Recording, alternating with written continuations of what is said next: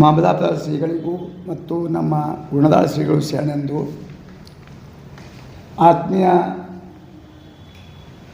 ಯಾವ ಮಾಧ್ಯಮದ ಬಂಧುಗಳೇ, ಇವತ್ತೊಂದು ತಮ್ಮೊಡನೆ ಒಂದು ವಿಚಾರಕ್ಕೆ ನಾವು ಬಂದಿದ್ದೇವೆ. ಈಗ ಇಲ್ಲಿವರೆಗೆ ನಮ್ಮ ಮಾಮದಾಪುರ ಶ್ರೀಗಳವರು ಅಭಿಪ್ರಾಯ ತಿಳಿಸಿದ್ದಾರೆ. ಬಸವಣ್ಣರ ಒಂದು ಹೆಸರಿನೊಳಗೆ ಸಮಾವೇಶ ಮಾಡಕತ್ತಾರೆ. ಈಗ ಇಲ್ಲಿವರೆಗಿಂದು ಸಮಾವೇಶ ಅಂತಿತ್ತು. ಇದು ಬಸವ ಶರಣರ ಹಿಂದೂ ಸಮಾವೇಶ ಅಂತ ಒಂದು ನಾಮಕರಣ ಮಾಡಿದ್ದಾರೆ. ಬಸವಣ್ಣವರ ಹೆಸರಿಟ್ಟ ಮೇಲೆ ಬಸವಣ್ಣವರ ತತ್ವವನ್ನು ಕೂಡ ನಾವು ಅಳವಡಿಸ್ಕೊಡ್ಬೇಕಾಗ್ತದೆ. ಬಸವಣ್ಣವರು ಪ್ರತಿಯೊಬ್ಬರಿಗೂ ನಮ್ಮವರು ತಿಳ್ಕೋತಿದ್ರು. ಅವ್ರು ವಚನ ಸುಳ್ಳು ಕೇಳಿದ್ದಾರೆ. ಎಲ್ಲವರು ಹೇಳೋರು ಕೇಳ್ಯಾರ.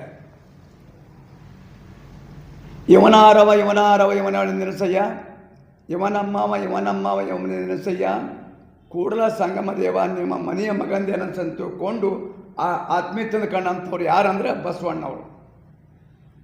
ಅಂಥ ಬಸವಣ್ಣವರ ಒಂದು ಹೆಸರಿನಲ್ಲಿ ಸಮಾವೇಶ ಮಾಡೋದು ಯೋಗ್ಯತೆ ಅಲ್ಲ ಅವರಲ್ಲಿಲ್ಲ. ಮತ್ತು ಇನ್ನೊಂದು, ಅವರು ಬಳಸಿದಂಥ ಭಾಷೆ ನಿಮ್ಮ ಮಾಧ್ಯಮದಲ್ಲಿ ಮತ್ತೆ ಬಿಚ್ಚಿ ಹೇಳಬೇಕಾಗಿಲ್ಲ. ಅದನ್ನೆಲ್ಲ ನೀವು ತಿಳ್ಕೊಂಡಿರಿ. ಯಾರು ಆ ಭಾಷೆ ಉಪಯೋಗ ಮಾಡ್ತಾರೆ, ಭಾಳ ತ್ರಾಸು ಬಳಸಿನೂ ಯೂಸ್ ಮಾಡೋಂಥ ಉಪಯೋಗ ಮಾಡೋಂಥ ಭಾಷೆ.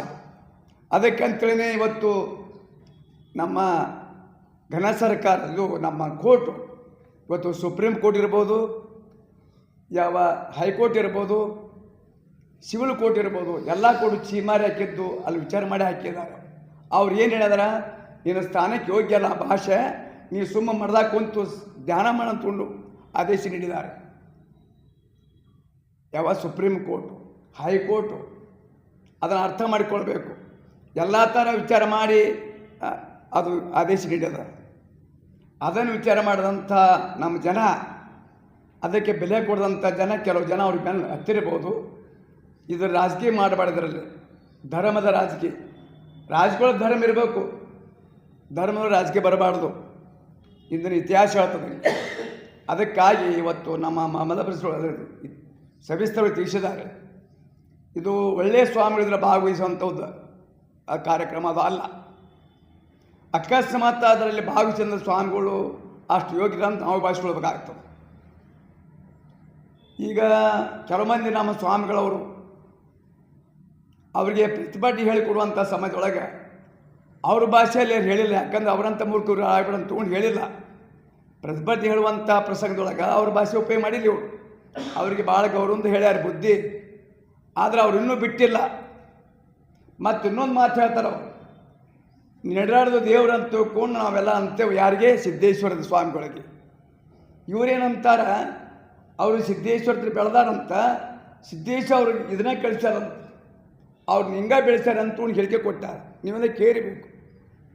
ಯಾರೇ ಸಿದ್ದೇಶ್ವರು ಇಂಥವು ಹೇಳಿಕೆ ಕೊಡೋಕೆ ಹೇಳ್ತಾರೆ, ಹಿಂಗೆ ಬೆಳೆಸ್ತಾರೆ, ನಿಮ್ಮ ವಿಚಾರ ಮಾಡಿ. ನಮ್ಮ ಸಿದ್ದೇಶ್ವರರು ಸ್ವಾಮಿಗಳು ನಮ್ಮ ಹಿಂಗೆ ಬೆಳೆಸ್ಯಾರ, ಯಾವ ಕಾಲಕ್ಕೂ ಸಾಧ್ಯ ಇಲ್ಲ. ಇನ್ನೊಂದು ಮಾತು ಹೇಳ್ತಾರೆ ಅವರು, ಇದು ಆಡು ಭಾಷೆ ಸಾಮಾನ್ಯ ಮಾತು, ಎಲ್ಲರೂ ಹಾಡ್ತಾರೆ ವಿಜಯಪುರ ಜಿಲ್ಲೆ ಅಂತ ಹೇಳ್ತಾರೆ. ಸಿದ್ದೇಶ್ವರ ಸ್ವಾಮಿಗಳು ವಿಜಯಪುರ ಜಿಲ್ಲೆದವ್ರು ಅಲ್ಲನವ್ರು, ವಿಜಯಪುರ ಜಿಲ್ಲೆಗೆ ಹುಟ್ಟಿಲ್ಲ ನಾವು. ಅವರು ಆಡು ಭಾಷೆ ಬಿಟ್ಟು ಬೇರೆ ಭಾಷೆ ಮಾತಾಡ್ತಿದ್ರೇನೆ. ಅವರು ಆಡು ಭಾಷೆನೇ ಮಾತಾಡ್ತಿದ್ರು. ಅವರು ಜೀವಂತ ಪರಿವಂತರವಾಗಿ ಒಂದರ ಭಾಷೆ ಇಂಥ ಕ್ಯಾಟ್ ಶಬ್ದ ಉಪಯೋಗ ಮಾಡಿದ್ದು ಯಾರ ಮಾಧ್ಯಮ ಕೇಳಿ ಯಾರೂ ಕೇಳಿಲ್ಲ. ಆದರೆ ಅಲ್ಲೇ ಬೆಳೆದಂಥ ಅದೇ ಸಂಸ್ಥೆಯಲ್ಲಿ ಆ ಸ್ವಾಮಿಯಲ್ಲಿ ಸಂಸ್ಕಾರ ಬೆಳೆದಂಥ ವ್ಯಕ್ತಿ ಈ ರೀತಿ ಮಾಡೋದು ದೊಡ್ಡ ಅಪರಾಧ.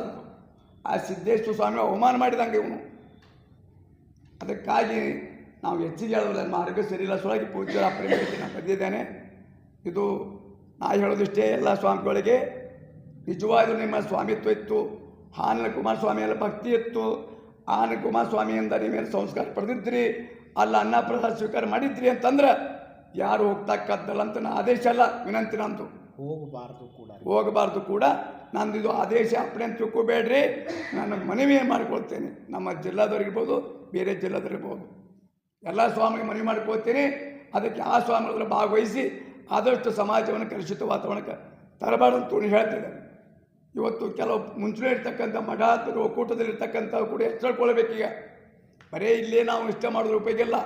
ಇದಕ್ಕೆ ಪ್ರತಿಭಟನೆ ಮಾಡ್ತಂಥ ಶಕ್ತಿ ಈಗೇನು ಮುಂಚೂಣಿ ಇದಾರಲ್ಲ, ಗದಗ ಇರ್ಬೋದು, ಬಾಲ್ಕಿ ಇರ್ಬೋದು, ಸಾಣೇಳಿಯವ್ರು ಇರ್ಬೋದು, ಇನ್ನೂ ಕೆಲ ಮುಂಚೂಣಿ ಇದಾರೆ, ಅವರು ಕೂಡ ಎಚ್ಚರಿಕೊಳ್ಬೇಕು. ಸಮಾಜ ಕೆಳಕತ್ತೈತಿ, ಸಮಾಜ ಹಾಳಾಗತ್ತೈತಿ. ಸ್ವಾಮಿಗಳಿಂದ ಸಮಾಜ ಸೋರಿಸ್ಬೇಕು, ಸಮಾಜ ಹಾಳಾಗಬಾರ್ದು, ಅದನ್ನು ತಿಳ್ಕೊಳ್ಬೇಕನ್ನೋ ಮಾತನ್ನು. ಜೊತೆಗೆ ಪಂಚಪೀಠದವರು ಸಮಾಜಕ್ಕೆ ಅಲ್ಲ ಮಠಾಧಿಪ ಒಕ್ಕೂಟ ಅಂದ್ರೆ ಎಲ್ಲ ಬರ್ತದ್ರಾಗ. ಮಠಾಧಿಪದ ಒಕ್ಕೂಟ ಅಂತ ತ್ಯಾಗ ಮಾಡಿದ್ದಾರೆ, ಎಲ್ಲರೂ ಕೂಡ ಬಂತು. ವೀರಶೈವ ಲಿಂಗಾಯತ್ ಬಂತು, ಲಿಂಗಾಯತ್ ಬಂತು. ಇಲ್ಲಿ ವೀರಶೈವ ಲಿಂಗಾಯತ ಅಂತ ತಿಳ್ಕೊಂಡು ನೀವು ಸ್ವಲ್ಪ ಎರಡು ಬಣ ಆಗಿದ್ದು ನೀವು ಗೊತ್ತದ, ನಾ ಇಲ್ಲ ಅನ್ನೋದಿಲ್ಲ. ಆದರೆ ಒಂದು ಮಾತು ಹೇಳ್ತೇನೆ, 110 ವರ್ಷದಂತ ಬಾಳಿದಂಥ ಯಾವ ಸಿದ್ಧಂಗ ಶ್ರೀಗಳು ಹೇಳಿದ್ದಾರೆ. ಏನು ಹೇಳಿದ್ದಾರೆ ಅಂದರೆ ಲಿಂಗಾಯತರನ್ನು ಒಂದೇ, ವೀರಶೈವ ಒಂದೇ. ಲಿಂಗಾಯತ ಅಂದರೆ ಆಡು ಶಬ್ದ, ವೀರಶೈವ ಅನ್ನೋದು ಸಂಸ್ಕೃತ ಶಬ್ದ. ಎರಡೂ ಶಬ್ದ ಒಂದೇ ಅಂತ ತಗೊಂಡು ಅವರು ಸ್ವಚ್ಛವಾಗಿ ಹೇಳಿಕೊಟ್ಟಿದ್ದಾರೆ. ಅವ್ರ ಮಾತಿಗೆಲ್ಲ ಬೆಲೆ ಕೊಡ್ಬೇಕು ನಾವು.